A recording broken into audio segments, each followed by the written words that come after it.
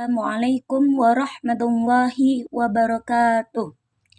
Marhaban bikum jami'an ayyuhal musyahadatil wafa bihadhil qanati wa arjukum bitamattu'i 'indama tusyahiduna hadhihi bittawa wa in wajadtu minal muhtawiyat al kalimat al mukhti'ah fasamtu lakum bi an tuslihuni bi tariqati i'ta'i ta'liqat tahta hadhil muhtawa.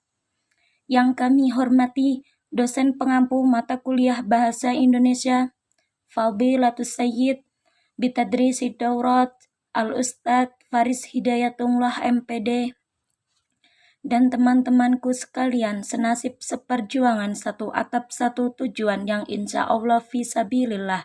Amin ya Rabbal Alamin.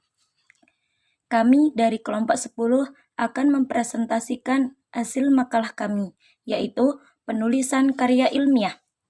Di sini saya akan menyebutkan poin-poin yang akan dibahas, yaitu pengertian karya tulis ilmiah, karakteristik karya ilmiah, pentingnya bahasa dalam karya tulis ilmiah, kaidah-kaidah penulisan karya tulis ilmiah, yaitu kaidah umum dan kaidah khusus, dan yang terakhir ialah kesimpulan.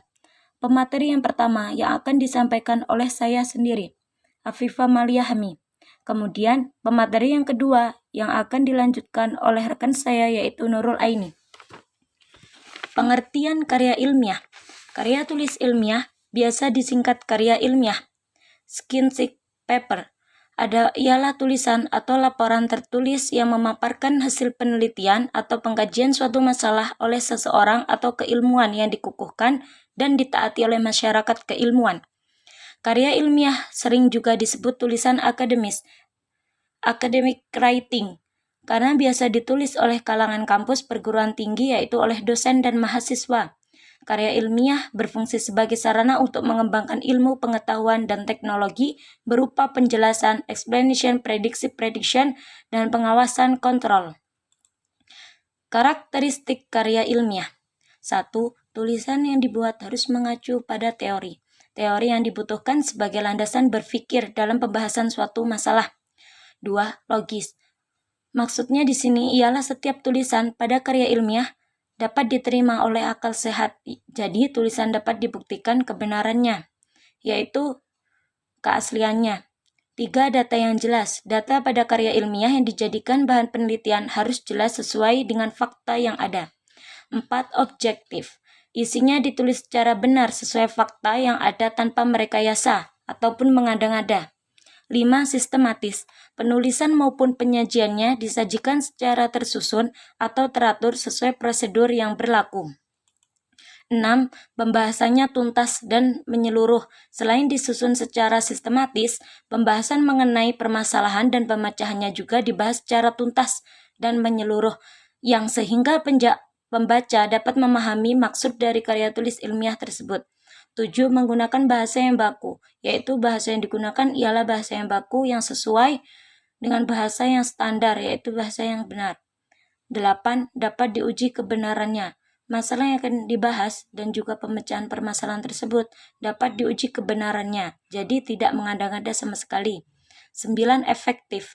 Artinya, tulisan-tulisan yang dibuat harus padat dan ringkas, tidak boleh bertele-tele ataupun memasukkan opini-opini yang tidak penting.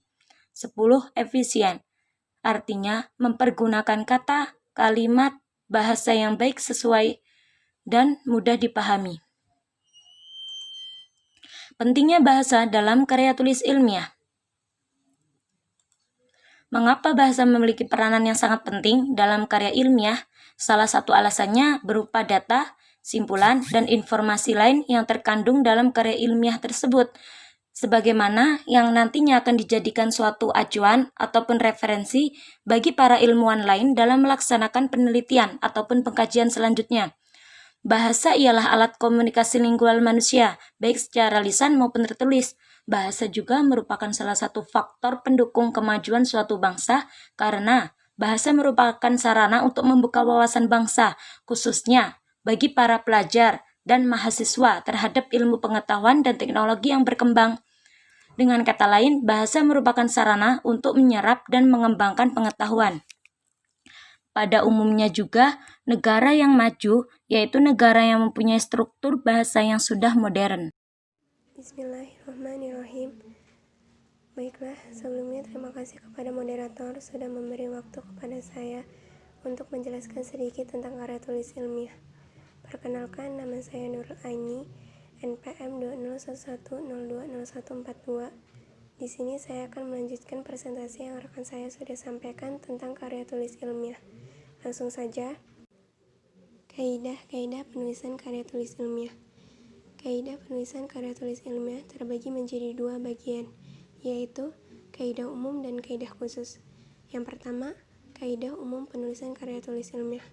Kaidah umum penulisan karya tulis ilmiah ini terbagi menjadi beberapa bagian, yaitu yang pertama, penggunaan ejaan yang disempurnakan atau EYD berdasarkan Permendiknas Nomor 46 Tahun 2009 tentang pedoman penggunaan ejaan bahasa Indonesia yang disempurnakan. Yang kedua, menggunakan tata istilah ditetapkan berdasarkan Permendiknas Nomor 146/U/2004 tentang pedoman pembentukan istilah.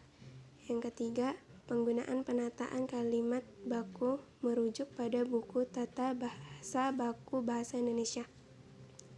Yang keempat, pemilihan kata baku dalam penulisan merujuk pada Kamus Besar Bahasa Indonesia edisi keempat. Yang kedua, kaidah khusus penulisan karya tulis ilmiah. Ada beberapa kaidah khusus penulisan karya tulis ilmiah. Yang pertama, penomoran.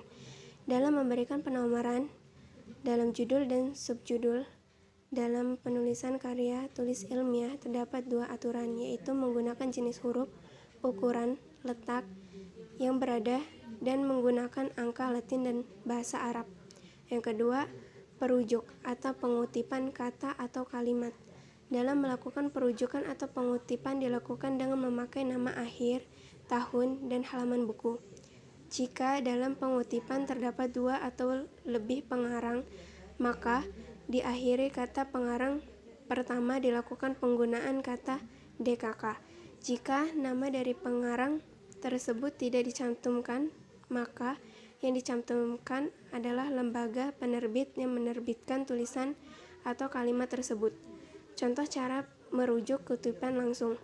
Ibrahim (2003)2.124 menyimpulkan terdapat lebih dari 80,5% potensi di Indonesia dalam penerapan energi terbarukan. Sedangkan contoh cara merujuk kutipan tidak langsung. Jamal (2010)2.13 tidak menyangka bahwa penerapan energi terbarukan hanya berjalan sekitar 5% dari target tahun lalu. Yang ketiga, penulisan daftar pustaka. Daftar pustaka pada karya ilmiah ditulis langsung setelah teks berakhir atau tidak perlu diganti halaman baru. Sedangkan daftar pustaka pada makalah, buku, atau penelitian ditulis dengan bergantian halaman baru, dicetak tebal dan tegak seperti daftar pustaka. Contoh penulisan daftar pustaka: Khazanah (2012), pembuatan aplikasi kontrak TI di Satuan Kerja Teknologi Informasi pada PT Bukit Asam atau Persero, Palembang Bina Dharma Pustaka. Itulah sedikit penjelasan dari saya mengenai kaidah-kaidah penulisan karya tulis ilmiah. Terima kasih, saya kembalikan ke moderator. Kesimpulan, karya ilmiah merupakan suatu karya penelitian. Penelitian tersebut dilakukan untuk mengembangkan ilmu pengetahuan, teknologi, seni, dan lain-lain. Karya ilmiah juga merupakan suatu sikap pernyataan ilmiah seorang peneliti, karena tujuan utamanya yaitu untuk memberitahukan kepada para pembaca mengenai suatu masalah dan untuk menemukan jawaban mengenai masalah tersebut, serta membuktikan kebenarannya. Berdasarkan dengan bahasa yang digunakan, beserta kaidah yang disepakati secara luas, dengan ejaan yang disempurnakan, kata baku, dan tata istilah, serta kaidah khusus yang berkaitan dengan karakteristik keilmuannya. Demikianlah presentasi makalah dari kami mengenai penulisan karya ilmiah, bahwasannya materi yang kami sampaikan masih jauh dari kata sempurna. Oleh karena itu, diharapkan kritik dan sarannya dari Bapak dosen dan juga teman-teman sekalian agar kedepannya kami lebih baik untuk mempresentasikan suatu makalah. Kami atas nama Afifah Maliyahmi dan Nurul Aini mengucapkan terima kasih kepada Bapak dosen Faris Hidayatullah MPD yang sudah membimbing anak didiknya untuk lebih baik lagi dan teman-teman sekalian yang ikut mendukung. Saya akhiri, usikum wa iyaya bitaqwallah wallahul muwafiq ila aqwamit thoriq. Tsumma assalamu alaikum warahmatullahi wabarakatuh.